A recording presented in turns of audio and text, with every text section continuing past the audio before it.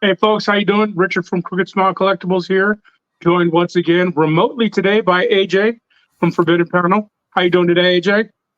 I am actually salt and peppered today. Like the rappers? I am here in effect. So push it. Push it real good. So today we're gonna do something a little different than we normally do. Originally I was gonna talk about backlash, but in my opinion was it's not worth talking about. So we're gonna pivot to something a little differently. We're gonna talk about Free Comic Book Day was this weekend, which I missed probably for I think maybe the second time in I don't know how many years. Um, so I wanted to get into Free Comic Book Day and our both of our experiences with it, as well as I guess we'll talk about what it's like owning, and running a comic book company. So, what are your experiences with Free Comic Book Day throughout the years? Well, first off, Free Comic Book Day always first falls on the first Saturday of May every year. And what it is a bunch of comic book companies, publishing companies, Marvel, DC, Image, all the other ones out there, of which there are dozens now.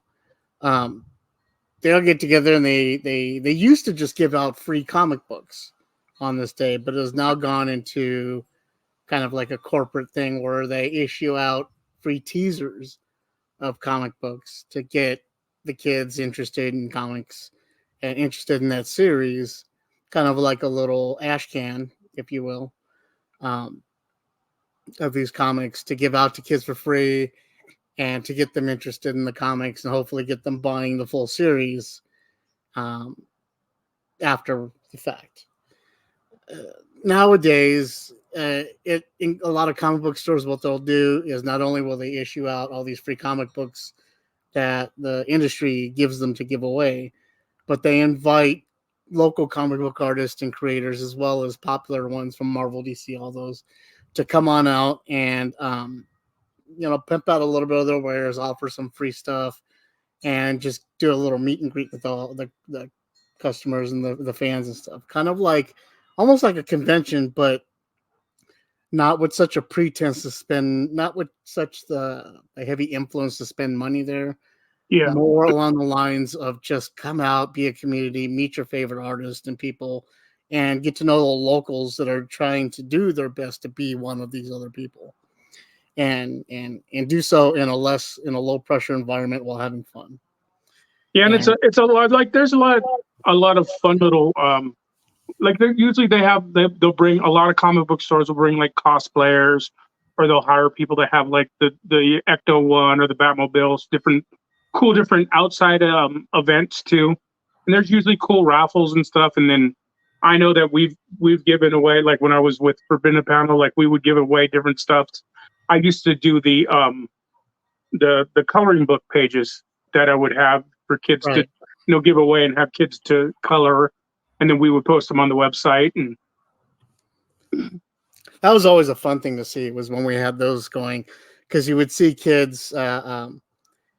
We did it primarily with Four Color Fantasies. They've always been a big supporter of Forbidden Panel and all of the stuff that we did, and they would always invite us out. And they had a huge crowd. Sometimes anywhere up to, I think the most we ever saw was up to 5,000 people in line to come on out there. And um, they would come out there and come through the line, and they would get your little art prints and take them over somewhere, and they would stop in the middle of the line and just start coloring in the prints.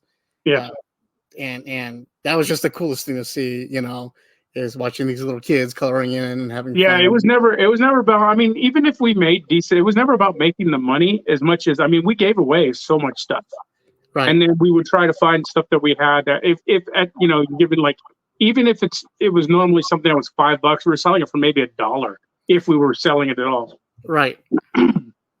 Half the time, Justin and I, Justin, who is the artist I would work with and collaborate with on Zombie Kill Squad, which is the book I wrote, He and I would get together and put together these 5-step posters that we would give away. 5 steps to identifying a zombie, 5 steps to identify a zombie, and zombie kid squads, stuff like that. And they were just 11 by 17 posters that we'd put together and give away to the kids when they came through the line. And the amount of times that we've had people say, hey, I have these posters hanging on my wall, or I'm coming by just to pick up this year's poster because I have to have the full collection. Stuff like that was just in itself just a happy thing to see, Yeah. I always had a really good time with those, especially like because you meet some really cool local artists that you may not know exist. Like that's where I met Gio the first time, who Right. I really loved a lot, and I ended up buying a lot of his comics that the first time I met him. Some really good stuff. Which he appreciates. It's a tough world. As an artist in general, it's tough to get your name out there and get notoriety. Even with things like this, with podcasts and stuff that we do, it's hard to build a fan base. But throughout the years, like how long has Forbidden Panel been around now? 14 years. So 14 years. So you have a solid fan base. Yeah, and I've seen it personally. You have very loyal fans. I would see them at conventions and things like Free Comic Book Day or other events that we do.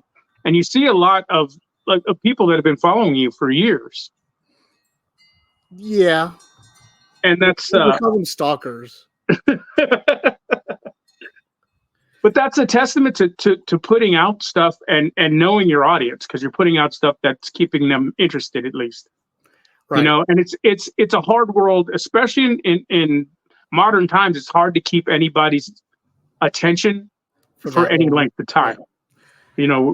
It used to be like people used to call they called our generation like a fast food society. But this generation now, it's just like, fast internet. Everything's done in clips. One of the coolest things I got to do, I got to experience, many different experiences, but one of the cool things is one of the first years I got to work at Free Comic Book Day when we had the booth there, was I was sitting next to Dwayne McDuffie, who, if you don't know, he wrote a lot of different DC comic books, All-Star Superman being one of my favorites. He also wrote most of the episodes of Justice League Unlimited, the animated series. So if you ever watched any of those episodes, that was Dwayne McDuffie. He passed away a few years ago, but I got to sit next to him and I got to, shoot the shit with him and talk to him and pick his brain and just network with him and he was just a really cool guy, and I got to learn a lot from him. And I'd say for the most part, almost everybody I've met, whether they're well known or not, everybody I met in the comic community, for the most part, has been really cool. There are some exceptions. I won't bring up Rob Liefeld's name at all, but hey, he's doing great with Evangeline coming out on movie form soon. Anybody can have a bad day. Let's be honest, especially at a convention. Yes, he could be the coolest person in the world. It could have just been a bad day, honestly. A few bad days, because I've met him a few times. So nothing wrong with him. Even going forward, besides Free Comic Book Day, you are the creator and the main focus behind, or the main drive behind, Forbidden Panel. So why don't you tell us a little bit about what Forbidden Panel is? I don't want to. Otherwise, I'm going to be in silence for a while. That's fine. I don't mind silence. What can I say? Forbidden Panel, we started about 14 years ago, and it started with me and an old friend who's no longer with the company because he felt it was too mainstream. Anyway, I decided that I was tired of reading the same thing in comic books all the time. Like, how many times is Spider-Man going to fight Doc Ock? I mean, like, aren't these guys 90 by now? And that's what I felt like in every single storyline I was reading. Like, oh my God, these guys have to be tired by now. And why are they all the same age? Why is it all the same storylines? Why is it all the same villains? Why are they always coming back with it's just recycling all the time. Even now, it's still like with the inclusion of the multiverse, it was the only way they could keep storylines fresh and keep all these different characters, the same age that they've been keeping them, or even age them a little bit, Old Man Logan and stuff like that. But for me at the time, I was getting just repetitive and boring. So I wanted to write something different that was out of the box, or out of the panel, if you will, and hence Forbidden Panel. I decided I wanted to write comic books that were vile and disgusting and horrifying and just things you wouldn't see in your normal everyday life on a comic book show. I didn't want to be. I was also tired of seeing comic books labeled as kiddie books, as joke books, as books only children read, and weren't being taken seriously. Even though by that time we were all over Frank Miller. Miller came in and said, "Fuck that! Here we go." And so that's where I decided to start this. And I met a bunch of like-minded individuals who just happened to be way more talented than I was in the art department, and we just got together and started making books. Don't discount your stick figures. Hey, stick figure, I'm still working on that webcomic. But because of that, these people don't ever discount artists, man. They are their own worst critic, and they can be frustrating to work with, but they help my dreams come true in every way that I can see, that I can talk to about in front of children.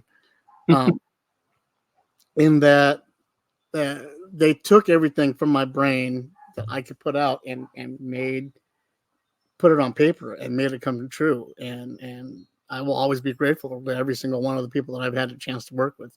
And that's what I wanted with Forbidden Panel. I didn't want it just to be my dream. I wanted everybody else to come on board and be able to publish their own comic books and publish their own work and put their own souls on paper like I did. And without waiting or having to go through Comic-Con or going through what do they call it? Portfolio reviews or do anything like that. Just come on board with an idea and the willingness to do it, and I would publish it. And that's how we got it started. And it's crazy is this was 14 years ago that you started this being a self-published comic book when there were so few out there back then. Like there was a spattering. Obviously you would see them at conventions, but there wasn't what there is now. Like there's so many self-published comic books and graphic novels and stuff that are out there. It's insane, which good for them. I'm glad that things have reached that. Even self-published novels is becoming a big industry now. And I'm glad to see it to where you don't have to have that kind of corporate backing to put your visions out there. Well, it is, but I'm with the help of corporate backing, though. A lot of these self-published authors and stuff, other companies like myself, have taken that and allowed that to happen. Lulu Press has done it, and then Amazon just recently started doing it in the past couple of years, where they're publishing comic books, independent comic books, as well as novels, independent novels and stuff. They just take a really big chunk of the commissions and stuff, the money that's being made. Whereas we don't do that. We take what we need, and then we take what it costs to publish, and then the rest go back to the artist. But because of that influx, that it has been flooding the market like crazy. But it all started with Image Comics and their creator-owned comics. Mm-hmm. And what they would do, they would buy, that run of the comic and publish it. And then once it was done, if it was depending on the popularity of it, either buy another run of it, issue 2 or the next trade or not, and then release it back to the owners, and then they would continue on working on it independently. And independent Image was a big name with them. Because of them, I got to meet people like the Moriarty guys. Yeah. We got to meet them and hang out with them and become good friends with them. So very, very awesome guys. Yeah, Daniel Corey and Anthony Dietchaduo. I remember when they made the appearance at the booth. I worked my tail out for them guys. That was back when I used to be able to sit down on the ground. I was just handing up comics as they're asking for them. I mean, they another thing paid me in did. comics, so I can't complain. When we would go to conventions, we would invite all these indie artists and creators to come sit at our booth and give them the opportunity to sell their stuff at a convention, WonderCon, Comic-Con. We went to a lot of different ones, and it seemed like every month we were at a convention, and we had all these independent artists and creators that were just sitting at our booth, not just us, not just Justin and myself or you pimping out your books, but everybody that we had, even if they didn't publish through us, we just let them come on in. We had at one point we had Robert Kirkman at our booth. We had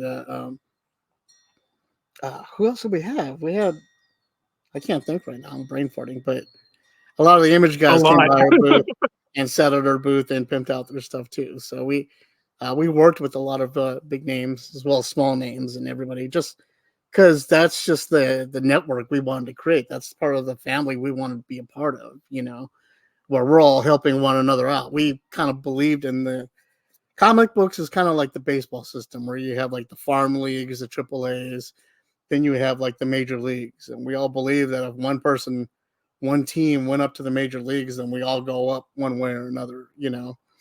If you got, a job with Marvel or DC, then you're obviously going to need a team to go with you, and you're going to grab one of us from FP to go with you. So, same with me, same with anybody else that goes up. So that's how we work together. What I noticed, which was always amazing, is when we would do conventions and stuff, we would get the best spots, right by some of the biggest names, and we were always in high traffic areas. We weren't hidden in the corner or anything like that. It was always some pretty choice spots. That first year of Revolution, Comic-Con Revolution in Ontario, they had us right by the door, and we got hit like crazy. And everybody loved us. We sold so many comic books and so many prints. And I just remember people sitting there filming me when I was drawing that what's called Papa Shango picture. There was somebody that sat there for a half an hour filming me do that. Yeah, we sold really good on that show too. That had a good turnout. And we had that's when we started doing. What we started doing was we wanted to raffle off something for the kids and for everybody else to see, because it kept us busy behind the booth and busy working on stuff. So what I would do is buy these canvases, these empty canvases, and ask everybody, all the artists that sat behind the booth, to draw something on them. And then we would raffle off tickets for $1 or $2, and then whoever won the ticket got to win the whole canvas. And we did that for a couple of conventions at WonderCon and at Ontario Revolution. And then eventually we moved up to Blank Skateboards. Yeah, the skateboards were awesome.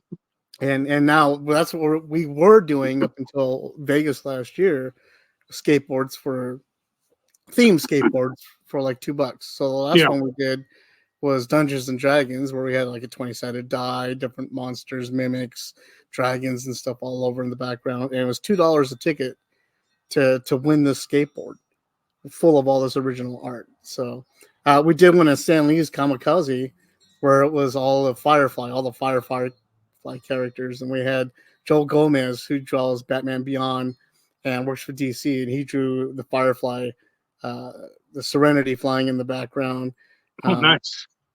With the city that they're in, which was awesome. He did it for free. He just wanted to help contribute so that people can have it. I always preferred the skateboards more than the canvases, just because drawing on canvas is just a pain. Yeah, the problem with skateboards though is that we would always do it with Sharpies and we'd smear. yeah, they'd smear everywhere you go. That was before paint markers became such an easy thing to get. Right. Now paint markers are everywhere. But I mean, and that was also back in the day when this was all brown. So I should tell you. All right. Like I said, that was back when I was able to sit on the ground and hand up comic books and be able to get back up. Right. That doesn't happen too often anymore. So that besides that, you're also known for the Zombie Beauty pageant. So how did that come about? Yeah, well, that was a random thing. You and I were working But I think we did the first one before you came up. Yeah, you did the first one before me. Um, I was working at this event center called the Fox Event Center in Redlands, California, and basically it was just an indoor theater that was converted over to hold events and public events and stuff, mostly weddings and whatnot. And my boss had come up to me and said, "Hey, we need something for Halloween. We're not getting any weddings here on Halloween. We need, if you want to do something, you can." And so I said, "Okay." So I sat down, I talked with the company, and we all came up with the idea for the zombie beauty pageant, which was a Miss America with zombies. And I wanted to have I wanted a talent competition. I wanted a swimsuit competition. I wanted an evening gown competition. I wanted a choreographed dance number. I wanted all this stuff, but I wanted them all with zombies. And I wanted the ladies to come out as zombies and just act. I thought it would be hilarious when you're asking the world peace question. Yeah. If you won the pageant tonight, what would you do? And for them to be like, brains, just to see the reaction, Yeah, everybody's really good at staying in character the whole time. Yeah, but it was a hit. Everyone loved it. The first year, we only had about 150, 200 people there. But by the third year we had put it on, it was standing room only. We had over 500 people there. We had MTV there filming. We had it was amazing. It was great. And by the third year, it had gotten so good and everybody knew their stuff so well that I actually got to sit down and watch the show. I didn't get to watch the previous 2 years because I was running around directing and producing, doing everything. And the third year, I actually got to sit down and watch the show because, I had everybody in the ear or whatever, but everybody knew their jobs and I was able to handle. And I was able to enjoy the show and it was amazing. Yeah, it was a really good. The third one, I did like the second and third, right? I think. Yeah. The third one was as much of a hassle as it was pre-filming there, pre-day. Getting there, like we did a lot of work to get there, right. But that day went surprisingly smoothly, except for whatever with MTV. Right. I mean, that experience really reminded me why I didn't go into the film industry. I have some photos from it. If you guys are ready for it, let me go ahead and show you guys real quick. So this is the ash cam we had released on that day. Like I said, we were doing like a 5 steps thing for Free Comic Book Day. And these are the patches that we had released for it. I made all of our ZKS guys dress in uniform, and we based the beauty pageant off of the ZKS comic book, where we had zombie kill squad agents escorting the zombies back and forth. As you can see them here at Comic-Con, WonderCon, some of our ZKS guys. And here's our booth at WonderCon. You might recognize the big helmeted guy. And here's the beauty pageant. And there's our zombies. All on stage, dressed up. There they are. The guy with the little skull, the little jaw skull line in the background. That's little Richard. That's the winner of the third year. So yeah, that's just some of those pictures there. So we had a lot of fun with it, and it grew wildly popular. We brought it back this year, but unfortunately this year, being 10 years after the last one we had put on, with the way the world is now, it wasn't kosher to put something on like that.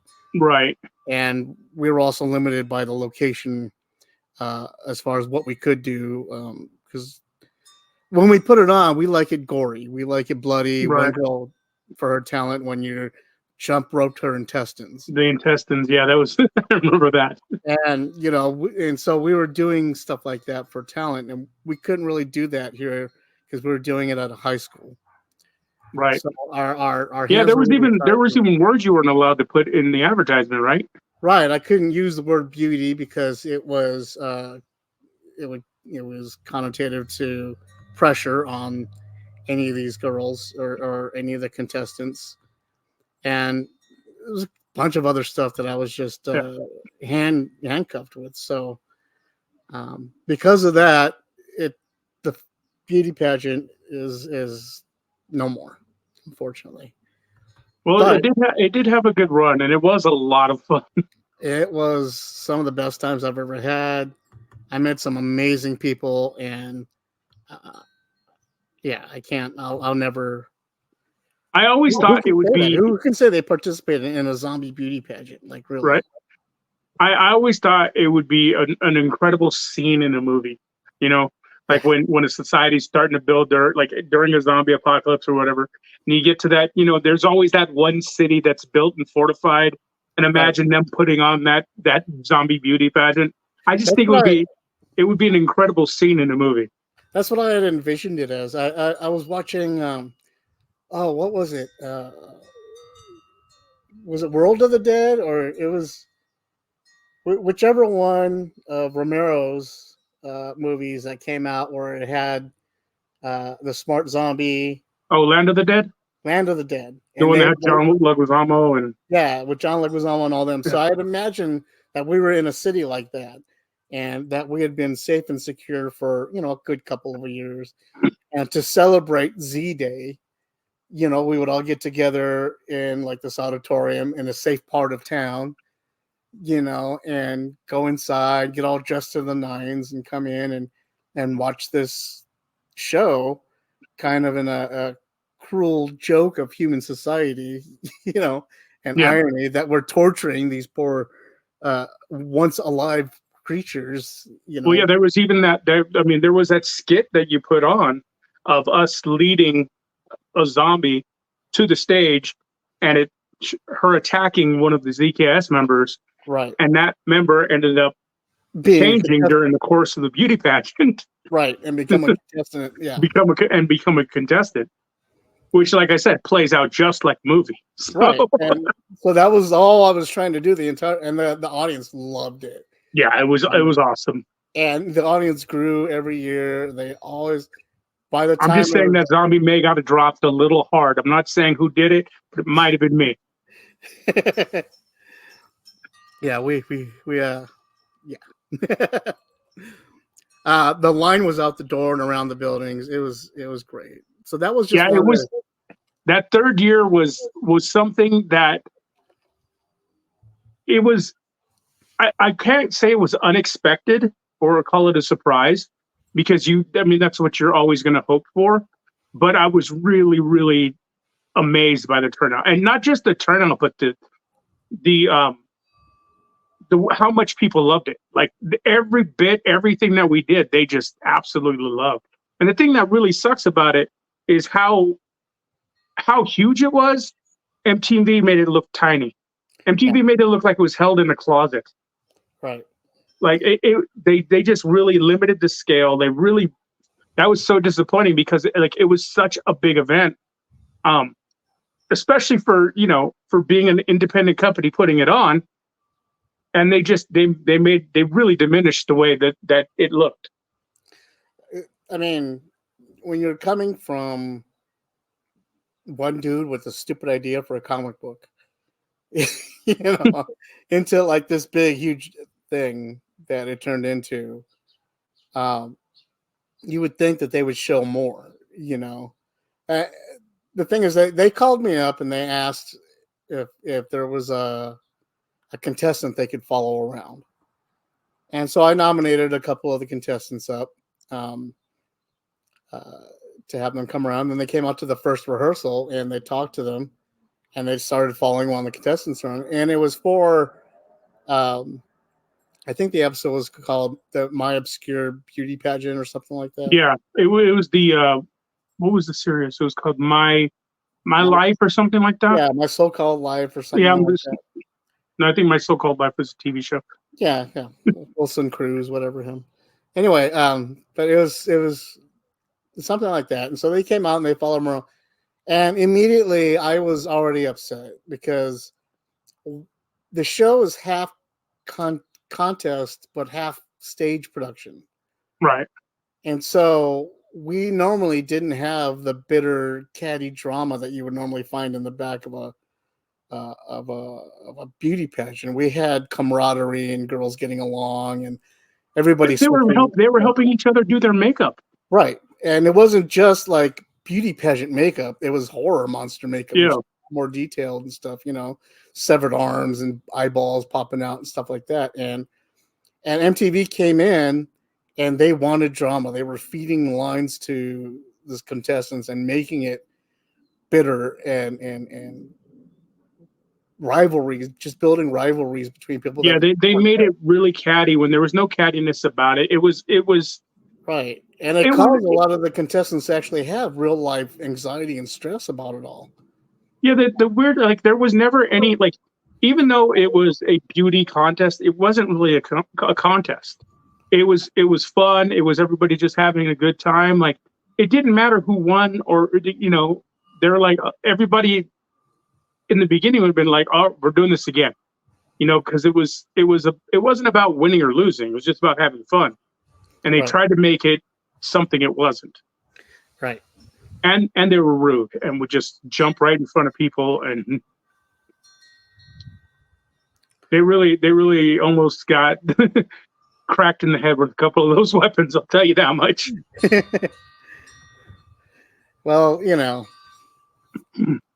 that's why they didn't call us back the next year. I don't think you would have done it again anyway. So I wouldn't. No. It wasn't even exposure. Like the show was on. Exposure. I think it ended that season. And and contrary to popular belief, we didn't get paid for anything. Yeah. So it wasn't like we made any money. The contestant that they followed didn't exactly get anything in return. You would think that she would at least gotten some sort of, here's some help with your costumes. Here's some help with makeup or something like that, like some sort of sponsorship or something. But nothing at all.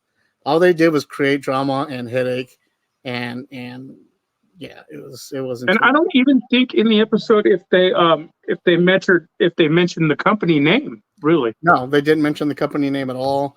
You saw it said special thanks to Forbidden Panel but it was alphabetically lost in a bunch of other names. Right. Everything else. Well, because didn't they do like 3 other? Wasn't it 3 contests? So they did like 2 other ones. No, they did one other one. It was one other one. It was a Star Trek. Star Trek, yeah, a Star Trek princess or something like that. But whatever it was, it was overshadowed by our show, and then it just went from there. But anyway, we also put on a couple of comic conventions on around, which was a lot of fun. The comic expos were like, actually, the odd thing is, randomly, I was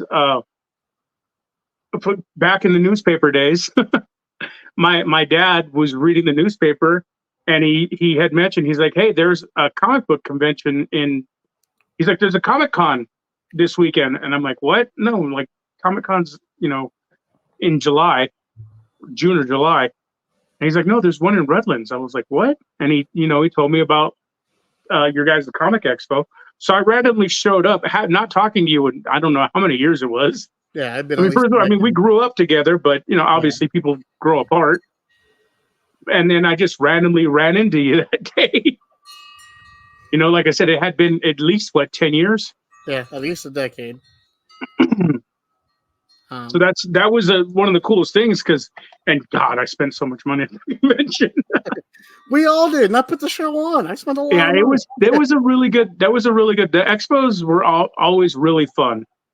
There was always a really good turnout. You brought a lot of really good cosplayers and entertainment. I think the first year I went, is that the year that you had the lightsaber fights, or was that the second year? The first and second year we had the lightsaber fights. We had Ghostbusters. The first 2 years we had the 501st all 3 years. I forgot who else. Yeah, it was the Saber Guild that did the lightsaber fights. Yeah. I can't remember who else we had. We had a lot of people. There was a lot of stuff that had it was always really fun. But again, really, even really good vendors too. like I'm nobody. Like I'm nobody to these people. These are just friends I'd met through the comic convention circuit, going out there and having booths next to these people. And I decided, well, I work at this place. Let's just throw up a convention, see what I can do. And so I managed to reel a lot of them in. Had the Cobra Troopers there running around. And anyway, yeah, we had a lot of fun and Yeah. tons of cosplayers. And again, I only did that because I wanted to showcase the local talent that we have, all the artists and writers and creators that we have locally, and cosplayers. Because a lot of these cosplayers, a lot of these people are just kids who can't make it to San Diego, can't afford to get those tickets, can't afford to wait in the waiting rooms of Comic-Con and WonderCon to get tickets, and they just want something different. And so that's what I was trying to bring them, something local and different. And even with the comic book store down the store, we had a comic book store down the street, and they never did anything. So we went ahead and did it first, and brought it in. And San Diego has become so huge and impossible to get to. It's crazy. Like when we first started, I remember when I first started going, it was easy to get into Comic-Con. It was small. It was held in a convention center inside of a hotel. Right. Now, you're waiting in line, you're paying hundreds of dollars for tickets. It's gotten so big they have to put stuff outside to keep people entertained. And the comics part of it is this big. Yeah. Yeah. It should be just like it's just movies and TV shows. Yeah. So which is why I don't even go anymore. It's not even fun anymore. If I can't, it used to be preview night was on Wednesday night, and that would be for industry professionals only. And so we would go down there on Wednesday nights if we didn't have a booth. Well, we never had a Comic-Con booth, but we would go down to Comic-Con on Wednesday nights and just hang out with all of our friends that were down there. Go see the behind the scenes of Comic-Con first, which was always like, "Ooh, look, I'm at Disneyland. All it's closed." That's kind of the feeling you got while you're there. Yeah. And then we would host our annual Forbidden Panel dinner, where we got to meet lots of fans and lots of other people and just hang out and barbecue and talk to people and meet people and then just have fun. Now it's like, no. Yeah, it's too much. It's too many people. It's too crowded. It's insane. My brother-in-law is a cop down there, and that's when he takes his vacation, and he puts in for it every year at Comic-Con. It's good for the industry and good for, and it's something for people that's their vacation. Like if that's what they're saving up for all year, that's going to be their vacation or their thing to do. But it becomes too much. It's not too far from us, so it's something that we could go. Theoretically, you could do every year, but yeah. I mean, once every 5 years, maybe about right for me. I mean, you're talking about like at least $200 for the tickets, and then what, like $2,000 for the hotel? Yeah, at least $5 to eat down there. If you plan to sit down and eat, if you want to bring your own food or eat at Subway or the pizza. Well, the food trucks are always good. Food trucks are always good, but they're still $20 to $25. Well, you don't have anywhere near as much at San Diego. You don't get anywhere near the like trucks that you get like at WonderCon. Yeah, and so you're already looking at a $3,000 weekend. Yeah, and that's before you go shopping at Comic-Con. Which, if you walk out of a day at Comic-Con without spending $500, then you are a cheapskate. I don't think I ever have. And I don't mean that in a bad way. I mean, like, yeah, I would always, and that's the crazy thing is $500 in the first hour. Like, I'll spend $500 before I even get there. Like, so in setting up the game room, I have, by where my TV is, I have where all my graphic novels and stuff are at. At the bottom, I have all these independent comics that I picked up at like WonderCon in San Diego, because I would always go to where the independent artists were, and if I walk by your booth and you said, like, if I don't have to come up to you and be like, hey, what's your book about? Then I'm going to buy it. If you come up to me and be like, hey, you want to read a book about so-and-so, like me just walking by and you say that to me is enough to get me to buy it. I'll try it out if Right. you sell it to me. But if you don't try, I wouldn't buy it. And I ended up buying so many books like that. And a lot of them are really good. Yeah. A lot of them randomly are made into movies. Yeah. But yeah, that's what I used to love about San Diego, but not anymore. I don't even go to the swag tables anymore because it's just Yeah. WonderCon used to be great because it'd be more for people like us. Until again, it got more incorporated. Yeah. With the movies and all that stuff, and then, yeah, it's just now it's just smaller events I like to go to. yeah. Revolution is starting to get too big. Yeah, Revolution is starting to get quite big. But I get it. That's their goal and everything. But as most comic book collectors and most people that are really in this community have anxieties, and being around that many people kind of brings it out. I mean, look, I'm on location doing the podcast. Like, on location in my backyard because I didn't want to leave my house today. I get it. So, in wrapping this up, what else do you still have going on? I know you just recently did a print, right? Did we? Didn't you just release a print with Joel? Yes, we just released a print. I don't remember anymore. All this gray. I just released a print. I'm doing work with Joel Katz of Fictional Studios. I'm still working with Jimmy Purcell of Ben Better Comics. We do a web comic every other month called Lunch Break. This month, we're going to forego the normal birthday suit annual web comic. What? You're not going to be naked this year? No nudity this year. Well, maybe. Who knows? We're actually going to be talking about Spider AJ on this webcam. Well, one of the best stories of Comic Con's past. We'll be dealing with Spider AJ on this web comic, so you're going to want to read this month's web comic. Comes out on May 31st. And that's on your site, right? Yeah, forbiddenpanel.com. Which I can tell you from personal experience of someone who's read every one of them. They're amazing. Jimmy's artwork is always top notch. The stories are always hilarious. Like they're always really fun. They're just one page, one sheet, quick random references to whatever's going on at that time and how it affects us. Something stupid, it's just ideas that we would come up with while we're sitting at lunch, and that's why it's called Lunch Break. I do have some comics we're working on, and yeah. In the meantime, I do have another sharing of some images I can give you real quick as to some of our comics. So this is our Forbidden Tales, which is a collaboration of anthology of short horror stories done from 4 different creators. The Plagued, some Zombie Kill Squad covers, Al and the Steam Knots. These are all the comics that we've put out so far. Joey, who you've seen on the podcast, this is his comic book. He does some amazing artwork there. I don't know. I know that guy. We've heard of him somewhere before. The Plagued. These are our pinup books that we had. Yeah. So there you go.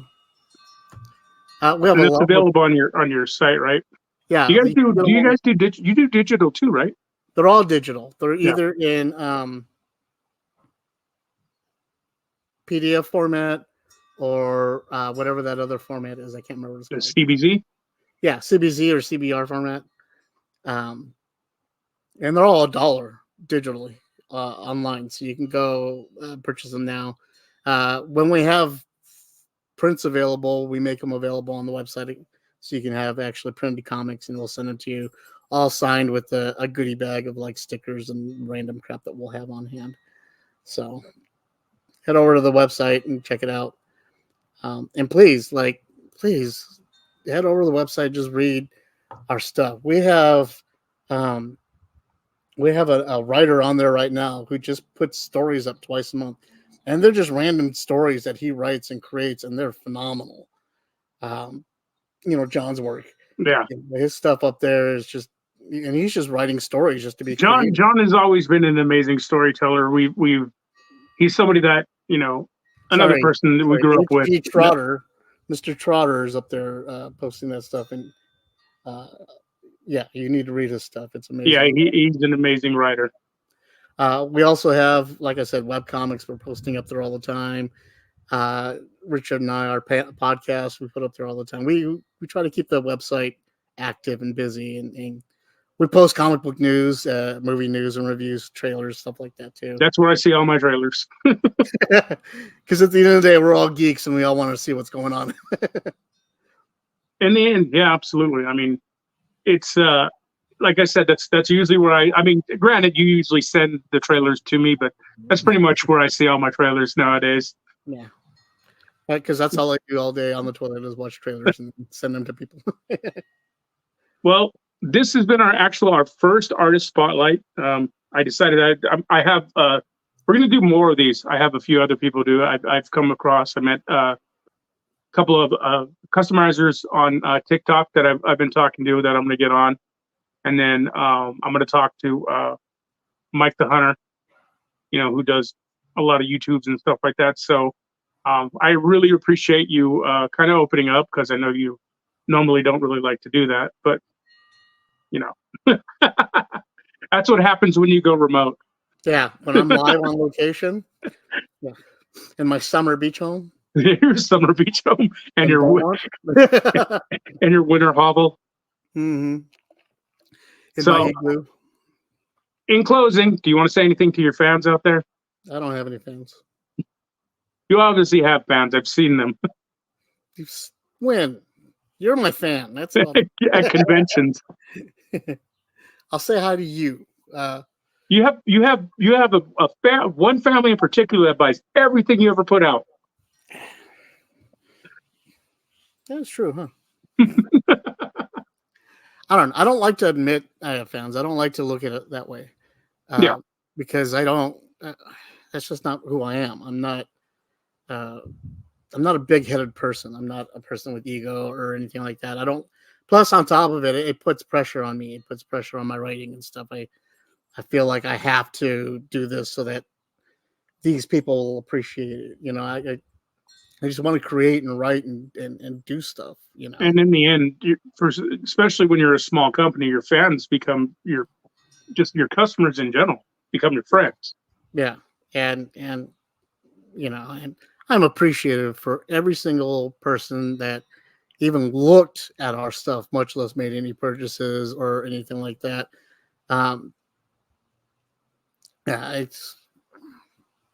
Thank you, everybody that's ever been there, been a part of it. Thank you, Richard, for coming in at some point, and being there and helping me out and being the sounding board and all that stuff, and I can't give enough thanks to Justin for putting it all, helping me, just doing the artwork for me. I mean, it's taken 10 years since our last book, but I'm just kidding, Justin. Keep working. Hey, life gets in the way. We went through a pandemic. We went through life's crazy. We're in the middle. We're in the middle of a combination of the apocalypse and World War III. So right. I do want to give a quick shout out to Scott Kruger. Thank you, Scott, for the covers that you've done for us. He's with the Starlight Digest podcast. So if you guys haven't had a chance to check them out, Scott did some covers on our latest comic book. And I was going to say, but I moved it. There used to be a picture right here of Jango Fett that Scott did, but I moved it. Shame. Just in time. Right? It is now. If you look at some of the older podcasts. Well, thank you for joining us today. I mean, you join us every week, but still, thank you for opening up today. Thank you to anybody that listens. We appreciate it. Once again, follow AJ at Forbidden Panel. You're Forbidden Panel on everything, right? Pretty much, yeah. So you can follow him. He's on 515 Instagram, Lab Facebook, on Instagram. OnlyFans. Yeah, you don't want the OnlyFans. You follow Forbidden Panel. Be sure to, listen to, he has also got his version of I can't really say his version. His version is the original version of the panel cast. It's spelled different. We're sister casts, I guess is what you would call it. Where he's more current stuff like movie reviews, comic book reviews. They do a little bit of, TV shows, stuff like that. If you want to hear about all the old days that we've done at Comic-Con, WonderCon stuff, we did a lot of interviews during those days. Bill Templesmith and Ryan Otley, stuff like that. So we have a lot of those up on the website. I'm even on some of those. Yeah, you're even on some of those. And also on Spotify and on Apple, iTunes and all that stuff. All those episodes are up there. I used to do a podcast called AJ Side Panel where I just focused on movie reviews. Those episodes are up there. But yeah, check it out. I mean, it's give you something to do or listen to at least when you're at the gym getting mad at me for some reason. Yeah, they're great for rides and everything. So thank you, everybody that listens. Once again, follow, subscribe, rate, do everything you can. We're trying to keep our name out there, trying to build something here. Just because we're old and we can't work regular jobs. Salt and pepper. Yeah. Well, mine not really. It would be salt and chili flakes. No, yours is like sugar and cinnamon. Yeah, sure, if that works. All right, guys. Thanks a lot. Stay classy. Have a good one. Laters.